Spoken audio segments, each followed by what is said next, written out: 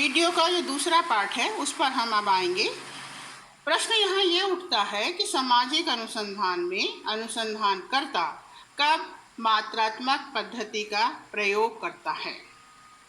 हम सब जानते हैं कि सामाजिक घटनाएं, समस्याएं एवं मानव संबंध एवं व्यवहार मुख्य रूप से सामाजिक अनुसंधान की विषय वस्तु होती हैं और इनकी प्रकृति जटिल, व्यापक तथा एक दूसरे से भिन्न होती है। इस कारण यथार्थवादी अध्ययन करने के लिए ये आवश्यक हो जाता है कि किसी व्यक्तिगत अध्ययन पर निर्भर नहीं किया जाए। अध्ययन की पूर्णता एवं वस्तुनिष्ठता के लिए यह अनिवार्य हो जाता है कि वैज्ञानिक तथ्यों के आधार से अध्ययन को आगे बढ़ाया जाए। इसके लिए 6 बातें एक अनुसंधानकर्ता को ध्यान में रखनी होती है, जो इस प्रकार से हैं। डिफाइन द प्रॉब्लम, समस्या क्या है, इसके ऊपर उसे पहले ध्यान देना होगा कि समस्या जो है क्या है और उसे किस प्रकार से हल करना है। ये 2 बातें यदि वो ध्यान में रखेगा तो उसका जो अध्ययन कार्य है उसमें उसे काफ़ी सुविधाएं प्राप्त होंगी। जैसा कि एक और कहता है कि यदि एक अच्छी पद्धति का चुनाव कर लिया जाए तो आधा काम जो होता है वो स्वयं ही पूरा हो जाता है। इसके लिए 6 बातें उसे ध्यान में रखनी होगी।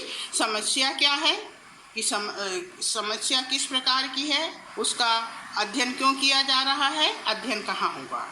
दूसरा जो है, समस्या का मॉडल क्या है, हमें जो समस्या है उसके लिए एक प्रारूप तैयार कर लेना चाहिए ताकि हमें ये जानकारी मिल सके कि अध्ययन कहाँ पर होगा, उसका क्षेत्र किस प्रकार सा होगा, उसमें कितना समय और कितना पैसा लगेगा और जो डाटा है वो हमें डाटा कहाँ से प्राप्त होंगे।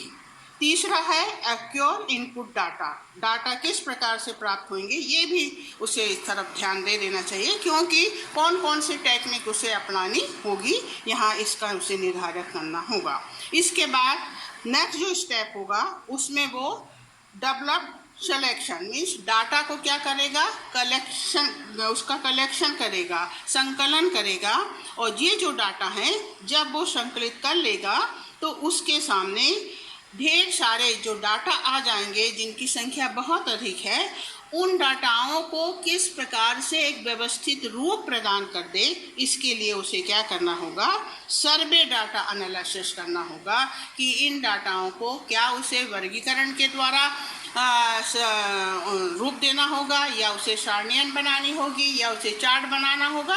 ये बातें उसको यहाँ पर ध्यान देनी होगी और इस प्रकार से जब वो डाटाओं को एक छोटा रूप दे देगा, वो व्यवस्थित हो जाएंगे, तब उसका इम्प्लीमेंटेशन वो कर सकता है। उसको एक पूरा एक अनुसंधान रिसर्च का रूप प्रदान कर सकता है ताकि वो अपने निष्कर्ष पर पूरी तौर से सही स्थान पर पहुंच सके।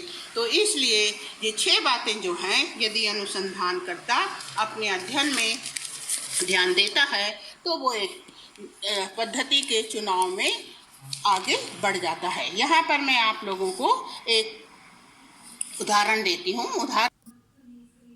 उदाहरण के द्वारा मैं यहाँ आप लोगों को समझा रही हूँ और मैंने इसका चार्ट भी बना दिया है। तो चार्ट यदि आप लोग अच्छे से देख लेंगे तो आपको विषय जो है वो पूरी तौर से समझ में आ जाएगा। हमें ये देखना है कि ये जो वैक्सीनेशन सरकार के द्वारा जनवरी माह से मई महीने तक किया गया वो किस प्रकार से किया गया। तो ये जो चार्ट सरकार के द्वारा से नोटिफाई किया गया है उसको यदि हम आधार मान लें तो इसमें यहाँ देखिएगा आप लोग जनवरी से फरवरी कुल डोज कितने लगे और औसत डोज जो थे वो प्रतिदिन कितने लोगों को प्राप्त हुए। तो जनवरी में जो औसत था वो क्या था, मार्च में क्या था, अप्रैल में क्या था और मई में क्या था। तो इस प्रकार से ये जो सरकार की रिपोर्ट है, शासन की रिपोर्ट है, इस रिपोर्ट के आधार पर यदि हमारा विषय जो है वो वैक्सीनेशन जनवरी से लेकर मई तक देखना है तो सारे डाटा जो होंगे वो हमें संख्यात्मक रूप में प्राप्त होंगे।